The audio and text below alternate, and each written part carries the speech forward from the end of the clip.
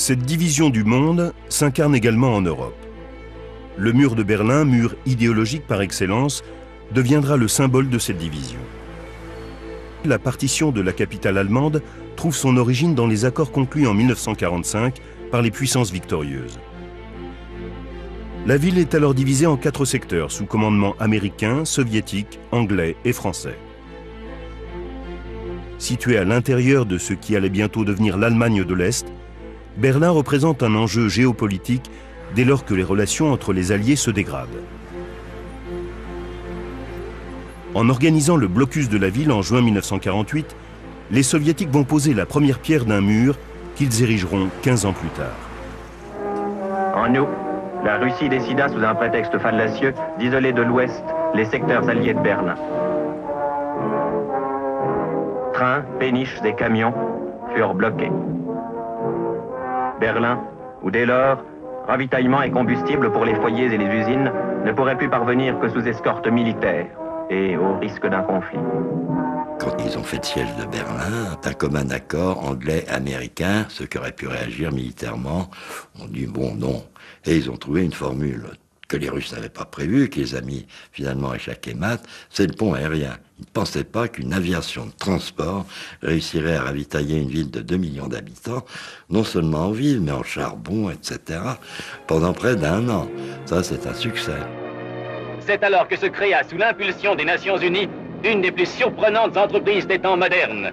Le pont aérien fut une espèce de miracle technique. De jour et de nuit, des milliers d'appareils tracèrent un gigantesque trait d'union.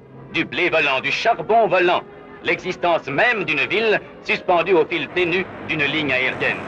Il y avait une espèce, disons, d'accord tacite pour ne pas pousser les choses, comme dit Clausewitz, à l'extrême. Une guerre risque toujours de déraper parce qu'il soulignait, c'est qu'il y a une tendance à aller à l'extrême, c'est-à-dire d'employer le maximum d'armes, etc., aller finalement jusqu'à la destruction de l'adversaire. Malgré l'échec du blocus, l'URSS poursuit sa politique de provocation envers les puissances occidentales. Et les Soviétiques vont fermer inexorablement leur zone d'influence.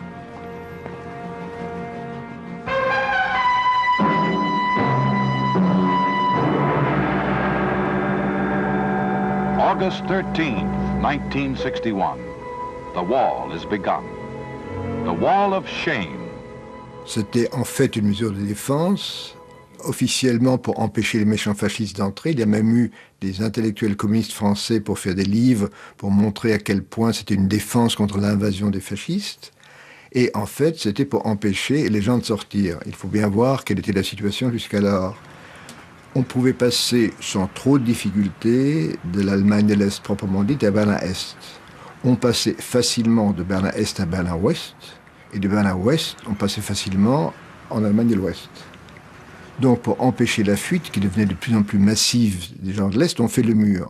C'était moins dangereux pour la paix du monde que si on avait coupé les communications, comme on avait fait en 1948, mais pour les gens d'Allemagne de l'Est, c'était vraiment l'enfermement, et surtout pour ceux de Berlin.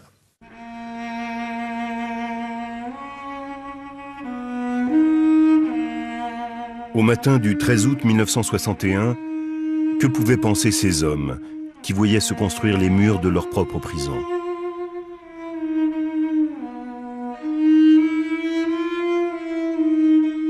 Ils se sont arrêtés pour regarder une dernière fois l'horizon qui se bouche. Images d'impuissance, de colère et d'humiliation qui marqueront longtemps les mémoires.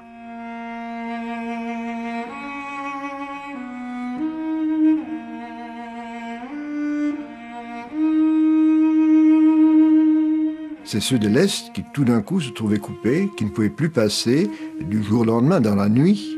Des couples de fiancés se trouvaient définitivement séparés. En fait, c'est tout le long de la frontière entre les deux Allemagnes.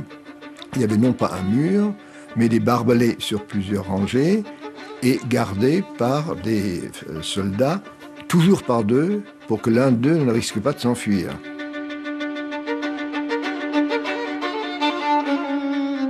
Il y a eu des fuites, mais il y a aussi beaucoup de morts, de gens qui essayaient de passer et ont tiré impitoyablement sur eux. Berlinois ont été désagréablement surpris de voir qu'il n'y avait pas de réaction des puissances occidentales. Il n'y en a pas eu, on n'a pas envisagé. On a dit, bon, c'est un aveu d'échec d'abord. Il vaut mieux les laisser cuire dans leur jus.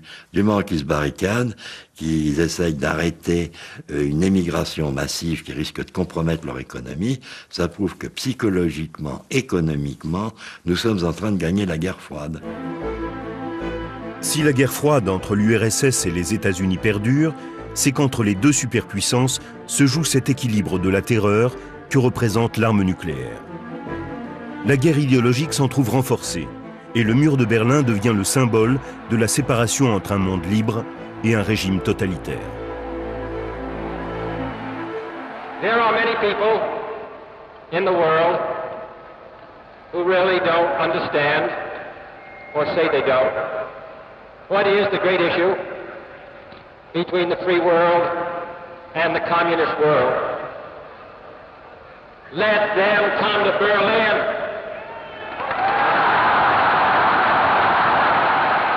In the world of freedom, the proudest boast is, Ich bin ein Berliner.